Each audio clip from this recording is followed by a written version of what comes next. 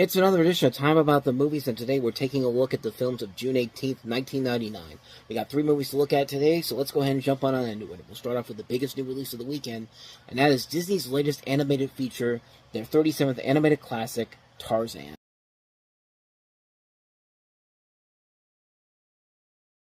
I mean, that's pretty much a perfect sum up of what the movie is. Great Phil Collins music, really stylized animation, really good blending of 2D and 3D animation together. I mean, what more do you have to say about this one? You basically have a film that is basically, the story's pretty much your typical origin story for Tarzan. It's about the life of Tarzan. Tarzan was a small orphan who was raised by an ape named Kala, played by Glenn Close, since he was a child. He believes that this was his family, but on an expedition, Jane Porter, played by Minnie Driver, is rescued by Tarzan, played by Tony Goldwyn, and then he finds out he's human. Now Tarzan must make the decision as to which family he should belong to. And I gotta say, it took me a long time to finally see this movie in full. Of all the Disney animated movies that I got to see, I didn't see this one until The Legend of Tarzan came out in 2016. I mean, that was how long ago my first experience with this movie was. This one took me the longest time to get to, mostly because when it first came out, I wasn't really all that interested in the concept. I was 10 years old, and I was looking at it, it was just kind of like, it wasn't for me. And it was a Disney movie, too, but it was the one I was kind of like, I really wasn't that into it for a long time, so I didn't really want to go see it. But as time went on and everyone kept praising it over the years, I've been trying to find a way to watch this movie, so I finally did. And I gotta say, this kind of exceeded a lot of my expectations that I could have ever thought of. For one thing, like I said, the animation's top-notch. The most amazing aspect of this movie is that this is 1999, and the way they blend 2D and 3D animation to create the swinging scenes in this, they're absolutely phenomenal, and they're way ahead of their time. And it's a shame that we can't have more 2D animated films like this anymore, but sadly we are in a 3D animated time period now. But even then, people are getting tired of that for no reasons that are beyond me. But the animation here is just great to see. You have great voice acting all around. As I mentioned, Tony Goldwyn as Tarzan, Minnie Driver as Jane, Glenn Close and Lance Henriksen as Tarzan's ape parents, Nigel Hawthorne as Jane's father, Rosie O'Donnell as Turk, Wayne Knight as Tantor, Brian Blessed as the villain in here, Clayton. It's a really good, really solid cast all the way through, and like I said, it's your typical origin story, but it's a story that just thrives on being animated, and once again, it's a well-written story. The music overall is very good. Mark Mancina does the score for this.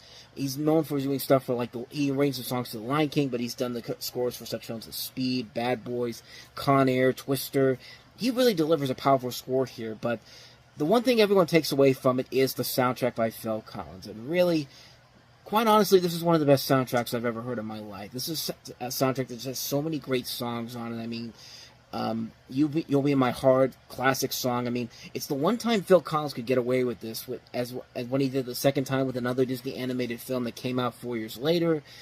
Not so much, but we'll eventually get to Brother Bear when we get to 2003. But maybe the biggest flaw of the movie is the villain, and that is Clayton, played by Brian Blessed. He's a great voice actor, and he does fit that role very well, but it's his motivation. The biggest problem with the character is that he's basically here to be the stock Disney villain who's only the villain because he's greedy and he wants money. He's basically Gaston from Beauty and the Beast. If you took the comedy value out of him and just made him a bland villain. And Disney had a couple of these villains coming around over the next couple of years. Atlantis had a villain that was pretty much the same thing too. He was just evil because he was greedy and wanted money. It was something that they had around this time period. But you know what? I mean, people complain about the twist villains they've had in the last couple of movies here. I'd rather have those than some of the villains they had back then, because those villains in the late 90s, early 2000s were not that memorable, honestly. Most of them weren't, but I mean, it took me almost 16 years to finally see Tarzan for the first time, and I can honestly say it was definitely worth the wait. The last great animated movie that most people associate with the Disney Renaissance in the 90s, before they had that little bit of a slump in the 2000s. Amazing animation, great voice acting, solid story, amazing music. It's the definitive modern-day adaptation of one of the most legendary action heroes in literature history. I mean, this is the best Tarzan movie. I think Legend of Tarzan, the 2016 one, is probably the best live-action one we've ever had, but that's really not saying a whole lot, because there's been a lot of adaptations, and most of them have not been that great. But this really is the definitive Tarzan film. I mean, this is the one that I think everybody should see. If you haven't seen it by this point, you should definitely go out and check it out, because it's definitely well worth your time. So that's Tarzan. Let's go ahead and move on to the next movie, and that is John Travolta in The General's Daughter.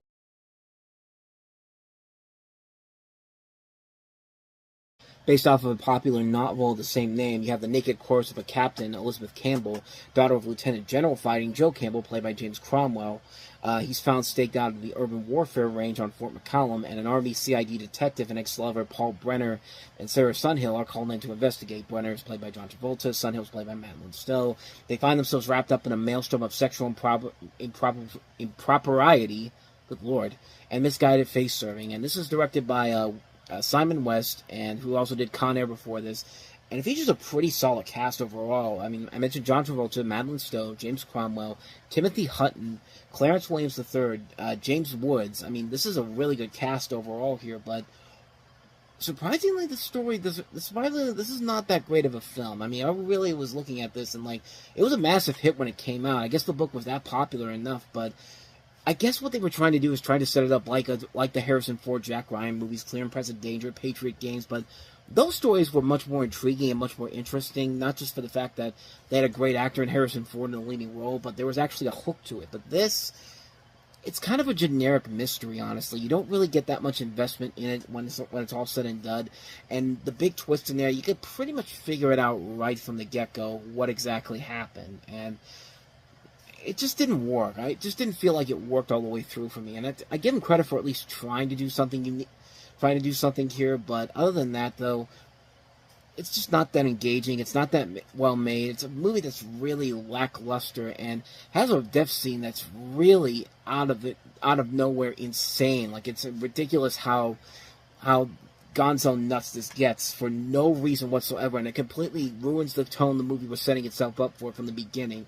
And I think that's what a lot of people really turned against the film. And honestly, I can't imagine why that would be the case. But maybe that's not what I want to say. I mean, I don't know what I want to say right now. But let me try to rephrase this again. I think that's the point where everyone goes, you know what?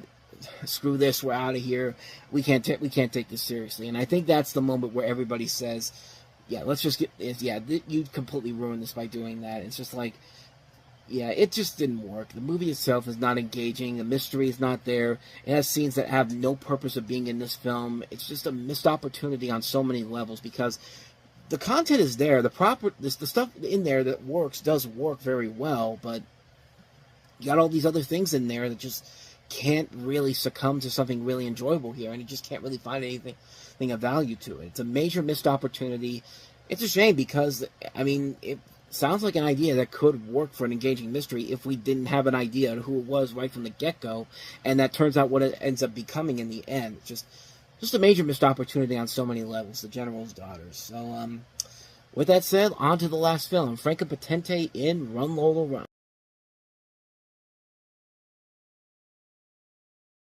So this is the German experimental thriller film, which features Franca Potente, you know, later on from The Bourne Identity.